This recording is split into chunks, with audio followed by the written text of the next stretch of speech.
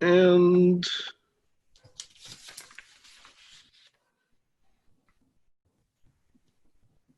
all right, I believe we're recording. I'd like to start off before anyone says anything with a brief toast. Got toast. Brief, social. You're toasting your briefs. Actually, there is something that I wanted to toast. I'm sure you all realize this, that were it not for the bilge lung plague, that we would be performing in Spotsylvania this weekend. So I would like to toast all of our friends and associates at the Virginia Renaissance Fair. Here. Cheers. And since we all have alcohol in our hands, I would like to further toast the patrons at the Virginia Renaissance Fair. Here. Cheers. Bye.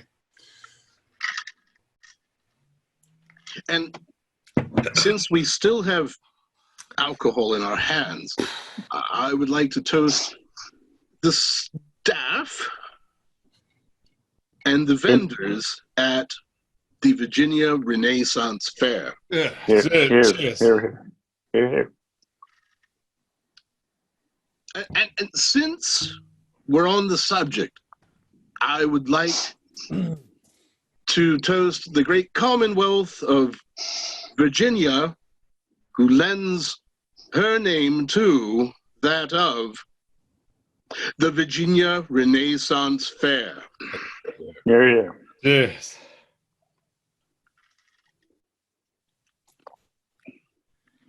All right, I'm done. All right, good. Well, welcome to Ask the Pirates. I'm Jack Rackham. Can somebody fix the CG on my name, please? Very funny. We've gotten some questions in the old email bag, and I thought I'd moderate while we're doing this. This comes from a Michael E.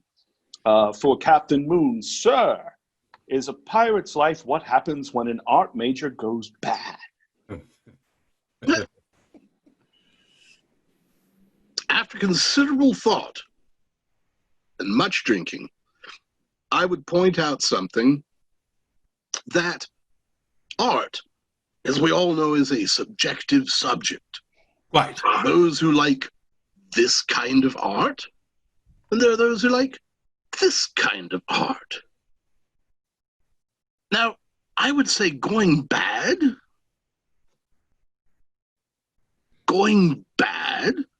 is also a subjective art form. Well done. So I put it to you that going bad is merely an extension of being a good art major.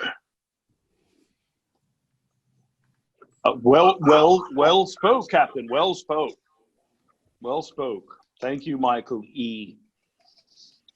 This is from Izzy C. How are the ship's rats handling the quarantine? Have they become more aggressive without all the pub leftovers being brought back? Ensign Stubbs, you deal with the vermin more than anyone. Perhaps you could answer this for us.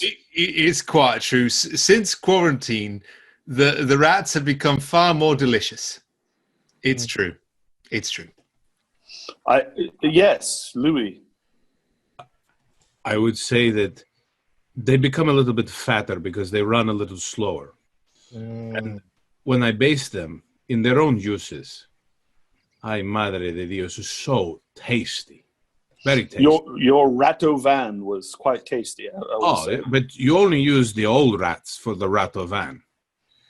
Yeah, it has to be the best rat I've had in literally leagues, and I want to thank Louis for showing me really how to appreciate well cooked rat.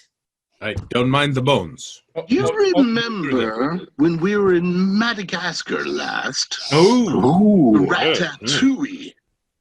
Oh, yes. Louis made quite a grand Madagascaran ratatouille.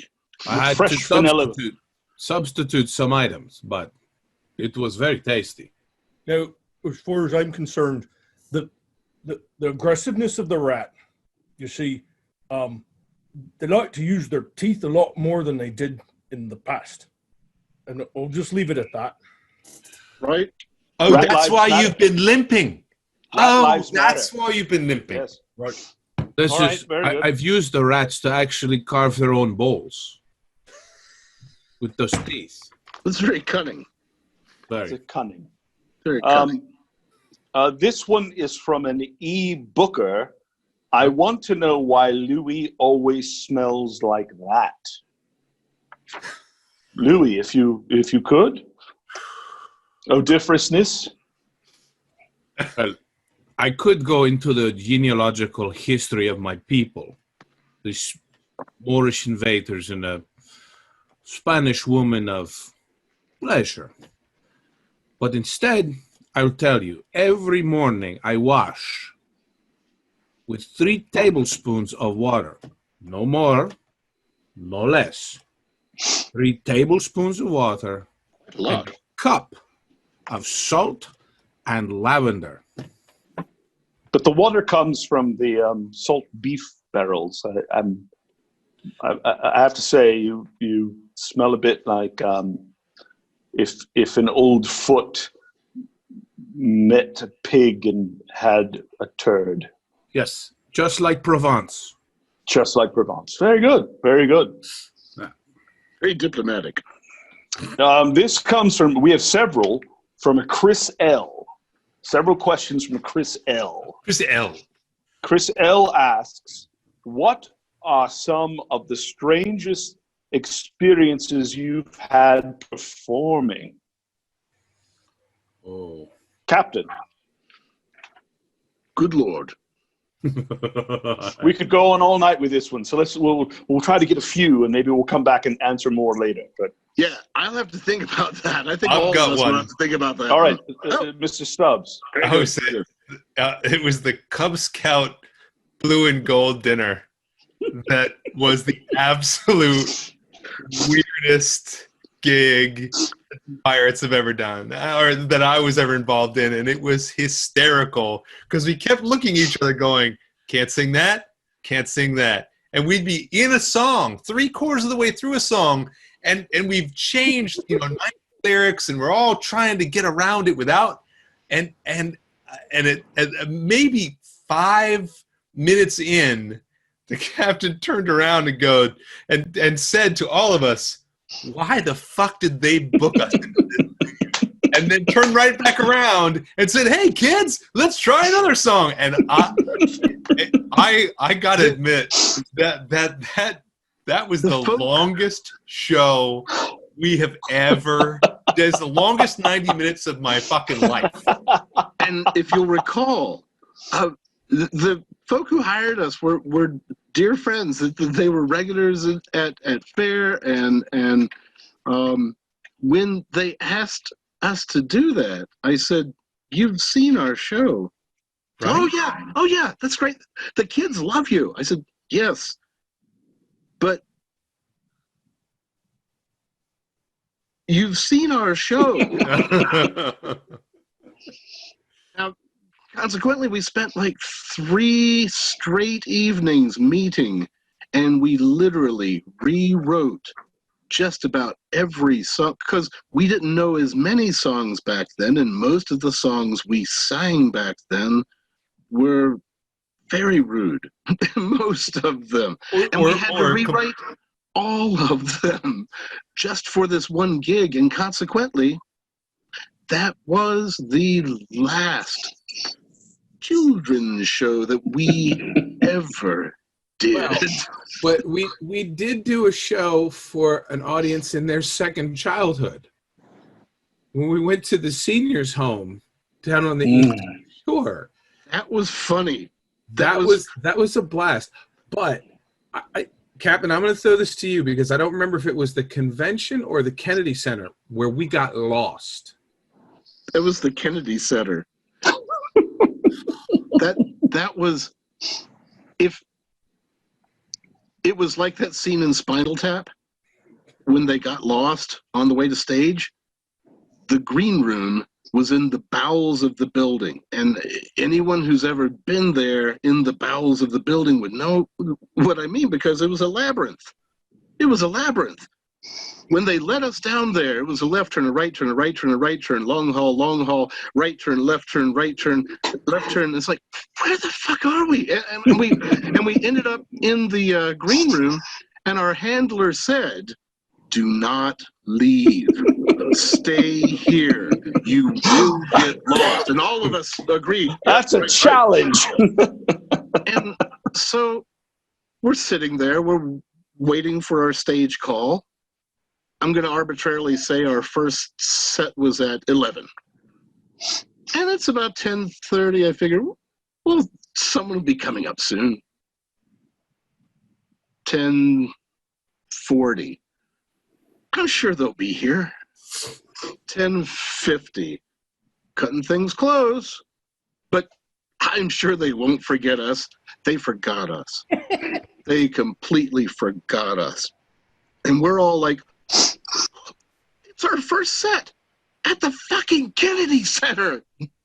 And I blew my candle out. And so we're panicking about screwing up our first gig at the Kennedy Center. And it wasn't even our fault. So finally someone showed up. Our set's almost over. And at that time we said, you know that we were supposed to be on stage? Oh, yeah. I said, we're not going to be held responsible for this. Oh, no. And thankfully they didn't hold us responsible for that, and they did come and get us for the remainder of our sets. I think we had 3 more sets that day and the following day. But yeah, the very first set that we had at the Kennedy Center, we didn't even make. And it was because we were locked away in the bowels of the building. That's brilliant. Oh my God. All right. Move. No, I think it's time for a social. Can Jimmy say something now? Oh, well, I've got 2 other questions that are almost identical, so I think this theme will come back around. Trying to, stretch it out a little bit. Gotcha. Which this is again from our friend Chris Lang. Which songs are you most surprised became really popular with the fans? Ooh. That's a good one. All of them. Yeah. Yeah. Say that. Wow. I would say for me, it's probably Babylon and Pirate Looks at 40, that mashup. I never thought that would be popular. It's not really a sing-along per se, and yet people like it. So I'm pleased to perform it because I think it's a cool song. On that note, I really love to look for the faces when first of all, we're doing Babylon, and I think we do a very nice version, and the audience always enjoys it. Yep. But I always look for that point when we suddenly switch gears and we do a song that is a little more familiar to them. You can see faces all over just light up, go, oh, I know that song too. But there's a demographic switch too sometimes. That's true. So there's a part of the audience that it's like they're getting Sublime, right? They're like, yes, okay, yeah, they got it. And all of a sudden it switches over, and they're like, and there's just another contingent in the audience like, hey, I know that. Love it. Right on, man. I see what you did there. I have to say, I was and am still surprised that Blown and Torn became what it is. I first introduced that song to the band in 1991. It did not make the cut of Things to Learn, and I just learned it. And when they were filming the 30-minute promos, what was that, 1995, 96, and they had the videotapes come out afterwards, and we were sitting on the steps at the White Hart. They asked us just to sing something that they could put on the credits. And so I just started singing Blowed and Torn. And that's the first time anybody at the festival had actually heard the song. Wow. And that song became regular at Pub Sing. Yeah. Yeah. And it became one of those mainstay songs that when it came out, the audience would, I'm still surprised. They always showed their appreciation. We have the greatest audience in the world. Cheers to that. Cheers. Audience. Cheers. Except that one guy. Yeah. There's one in every crowd. That freaking guy. I would say for me the biggest surprise was A La Una, because originally when I was introduced to the song, it was done by Owen Fife, and his rendition of it is very different than what we eventually grew our version into. Well, it's hard to sing when you're dead. So he sang it before he was dead, and really? I copied. No way. I copied it. He was a talent. I was introduced to it before he died, and then I think it was the first weekend that we debuted A La Una was following the week that he passed. And I remember dedicating it and being terrified because internally I was like, I mean, this guy's an icon, and has impacted so many people, especially with this song, among all of the other amazing works that he did. And the way that we presented it and the way we grew it was just, it was so well received. And, you know, to this day, I have a lot of fun with it, but at the same time, I'm so grateful because I'm like, this one hit. Well, you always want to do Owen's memory the very best you can, because, like you said, icon. Yeah, absolutely. Those are some giant shoes to put on. Size 17s. Yeah, I know. We thought he was a clown at first because he was only 5'2". 5'2", but size 17. Yeah. And very good downhill skier. Here's a question from a Christopher Lang. Why is Stubbs still an ensign after all these years? Shouldn't he have had a promotion by now? Well, all of us individually can answer that, but I think Mr. Stubbs needs to fess up to that and answer as truly as he can. It's a Paul Simon song. Still ensign after all these years. Well, I'd like to say it started when I confused the whiskey bottle and the chamber pot. So I was just about to get to first class, and then I did that, and Captain demoted me again, and I think after that, it's when I tried to shave him, and I was using the soap, but it wasn't actually soap. It was the chamber pot thing again, and so that got me completely flummoxed. And once again, I got broke down, and then I think that it had something to do with when I was helping Louis cook. And he said, "Go fetch me the milk." And I said, "You mean out of this pot here?" He said, "Yes." And once again, I think it was the chamber pot thing. I'm not entirely certain. It tasted pretty bad, and it was my fault. So once again, we both got knocked down for that one. You know how many times in your life you've heard the words, "Peg has something to tell you"? More than the rest of us. More than the rest of us. You... Listen, with that, I think we should say to Bonnie Peg Riley. Bonnie Peg Riley. We love you. She's got something to tell us. She's no Margaret. She's a Peg. There's an explosion off my port bow just then. Ooh, that would be the dysentery. We had 5 shootings last night about 3 miles away from here. That would be the dysentery. Just had a cannon fire.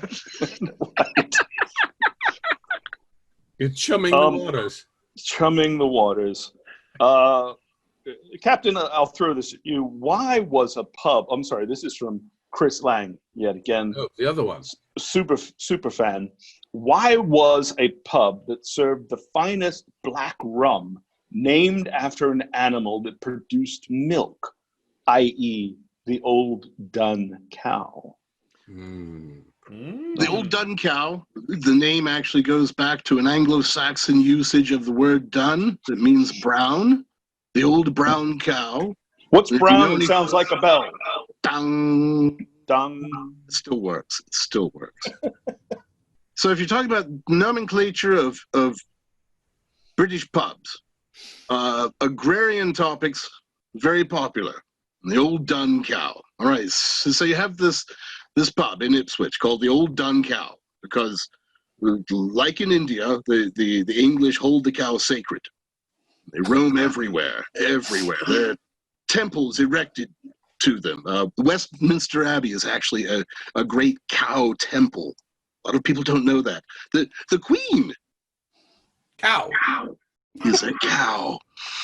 So anyway, the bovine Windsors. I heard that. Yes, I heard that. Yes.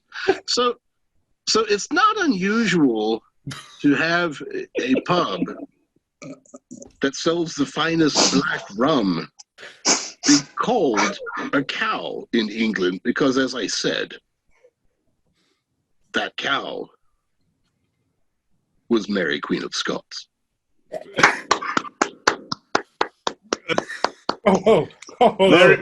Mary Queen of Scots. It brought me to tears, Captain. That's really great.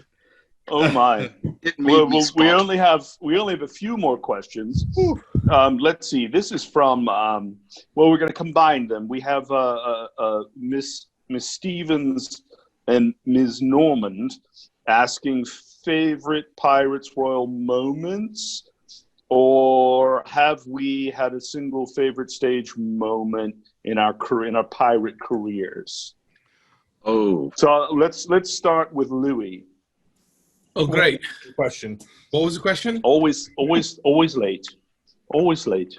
Yeah. You always pull out first. A favorite Pirate Royale moment and or a single favorite stage moment during your piratical career. Try to keep it to one. And this goes back to the question, it could be the strangest experience you had performing or something along those lines, but more of a favorite. No, actually, it's very simple. My favorite moment, my favorite Pyrates Royale moment, is any moment in which we hit that note, that chord, whether it's somewhere embedded in the middle of a song or it's the finishing chords of like Wild Mountain Time as they pour out across the audience and the audience sound comes back. It's that moment. It's that moment when all the pieces just go like this, and it's the audience and it's us, and we're all one. Like we're reciprocating energy, and we're feeding off the audience is feeding off of us. That's it. What's great is that moment happens. We're so fortunate because that moment happens so many times. We get to bathe in that. We have the best audience in the world. We're so lucky. You remember what they did for us this past September when we were at the Maryland Renaissance? Oh, that was I was just about to say that. Absolutely. Final set of the weekend, Sunday afternoon at the Globe Theater. First of all, they packed it because it was our last set. They sent us off in grand style, and they were a wonderful audience during the show. And when we finished the show, we bowed, thanked them, and we walked off stage. And we're backstage, and we hear them start singing "Wild Mountain Time." Yeah, and yeah, we came out there and we joined them. And it was a moment that we shared that was as many moments as we had shared with that audience in the past, that one, it was profound. It was just, what do you guys think of that? Yeah. It was magic. It was magic. Yeah. Stubbs. Yeah. So that moment was the freshest in my mind. There's a moment like that, just like Louis has in every show, that I think I look for in every show or in a lot of shows, and we love to play with the audience. We love to make them part of the show. We like to include them in our energy, make them part of our jokes, make them part of what we do. And every time we're in a pub, especially when a pub set, I like to look through the audience and look for new faces. And sometimes you see this fresh engagement. You see someone who you've never seen before, who is absolutely eating it up. They're loving it. They don't know the song and they're singing along as loud as they can. And you realize that you've just reached somebody. You just made potentially that may be the moment that they carry away from that venue, saying, "Yeah, I went to the Renaissance Festival, and you wouldn't believe what I did. Like this was this great band." And so I think we had that opportunity, and I think almost every time we're together, every weekend, at least once, I get to see that sort of fresh engagement, and it really just makes it for me. That's the moment that we indelibly break a human being. Well, it's an appropriate touch. It's not a bad touch. Yeah. It's a good touch. Jimmy. Yeah.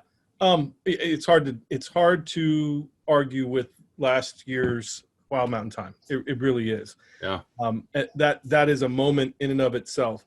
But for me personally, I think it goes back to the Virginia Renaissance Fair. 2016. Yeah. Mm-hmm. First year we got back together. Mm-hmm. 4 years ago now. As a group. And we never broke up. We never broke up. But as this group right here, the first time rendezvoused. The first time the five of us. Yeah. Well, no, I'm going to take that back. The With second intent. time the five of us had ever been on stage together, because we found a picture from 1994. It had happened before in some random day. Yeah. But regardless, for All of the people who trash don't know, cans were in alignment. right? For people who don't know, we literally showed up Friday night after the five of us had never sung before, except for 20 years plus prior. Pieces and parts together. And don't forget Jen was there. And Jen was there. We showed up Friday The night. closest thing we had were video chats, which with a delay we couldn't sing together. We could only talk about we could do this, we could do that, da da da da da da. No singing whatsoever. And we got together that Friday night, and then I don't think everybody was there that Friday night. I think the first time all six of us, including Jen, was Saturday morning. Yeah. Like an hour before we went on stage. That moment when we first struck that chord that you were talking about, Damon. Yeah. When we did that and we all looked over and the goosebumps hair on our arms and the goosebumps happened, and we all went, oh, this is going to work just fine. Yeah. And it has ever It's going since. to be all right. It was that moment for me that really brought everything into focus for me in a lot of ways, not just musically, not just artistically, but even with my life. It was, it was a piece that I was missing that I needed. And that moment cemented it for me. And with all the rumors that were going around about how we were no more, which, as Tim said, never was so. Yeah. All of us were worried about whether or not the public would see these changes and go, this is all right. After that first set, never look back. Yeah. Never look back. Yep. Tim, what do you say? I am rarely one to pontificate, but I have a couple of things. One, and I'll keep sort of to the question, a favorite moment was back at one of the last pub sings that we all did together. And it was pouring down rain at the White Hart, and we had all the sound equipment and all these mic cables and mics, and we weren't going to cancel. We had 2 pavilions filled with people, and you know, we're soldiers. We're used to doing it in the rain. And I stood up and I asked for a midget with a golf umbrella to come up on stage and hold the umbrella over the microphone so we didn't kill ourselves. And this lovely young woman named Joanna, who was about 4'1", came up with a golf umbrella and stood right in front of me. So my head was completely over top of her head. And she kept all the mics dry, and we kept bringing her Oktoberfests. Unfortunately, I think more than her small frame was allowed to handle in a reasonable fashion. Her friends had to physically help her out of the festival grounds. But just being able to ask for a midget with a golf umbrella and have our fans deliver was pretty fucking magical. Today we would say a little person with an umbrella. Right. Most of our audience doesn't understand, and I think it's true to this day, that Brad and I founded the band back in the 80s. It was the 2 of us. And then I moved on to do other things. Other people came in. Other people left. They came in, they left. They came in, they left.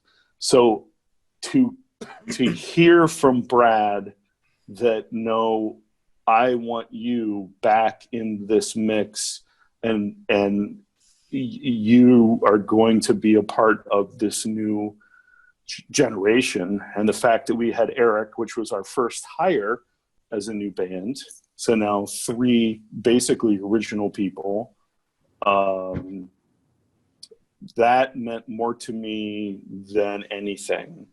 And I kept saying, guys, all we have to do is do that pub sing that we love so much every time we walk on stage. We need to bring that energy, the comedy, the joy, the love at the end. And if we do that every time we do a set, we will have succeeded. And as long as we try not to suck, we'll be okay. And it's passion. I mean, it's and we did. Yeah, it's passion. And I've never worked with a group of artists who argue almost not at all, who agree. Even when they agree to disagree, there's just so much love and joy and passion. It's astounding to me. And I've worked with actors for 30 plus years, and trust me, they're not like that. They're just not like that. So it's easy to bring it when you're surrounded with love. But I'll leave the last comment about this to the captain. Oh, the other thing that I remember that was a favorite moment was the weekend of 9/11. And the festival was one of the only events. It was the only event in the DMV that was open. They upped security. No one on the cast was allowed to wear black armbands or to mention it in their shows. It was business as usual because people wanted a diversion. And we get to the pub sing, and it was the festival's 25th anniversary. So we had produced a show for the 25th anniversary where the king, Bill Huddle, gave a speech, and I did a little Shakespeare combination, and he gave a little Henry V, and he gave a little Richard II. And the Richard II speech is this mighty place, this green earth, this England, and we had arranged this thing. He would do it at the end of pub sing, and then we'd have the cannon go off. And instead, I had asked the artistic director, can we play military taps? So the trumpeter, we had one of the court trumpeters right behind the stage, and one was uphill at Pyland's jewelry booth. And the king gave his speech. It was dead silent. And then they did the military version of taps, which is call and response. Yeah. And people just stood there and held each other, and the cannon went off, and it was one of the most cathartic experiences. I think everybody there felt like they were somewhere in church, and you know, this was their family, this was their home, and it was palpable to us on stage. And I still remember that. That was one of the most magical moments I remember, is being a performer there. I still get chills. Just hearing you talk about it, I still get chills.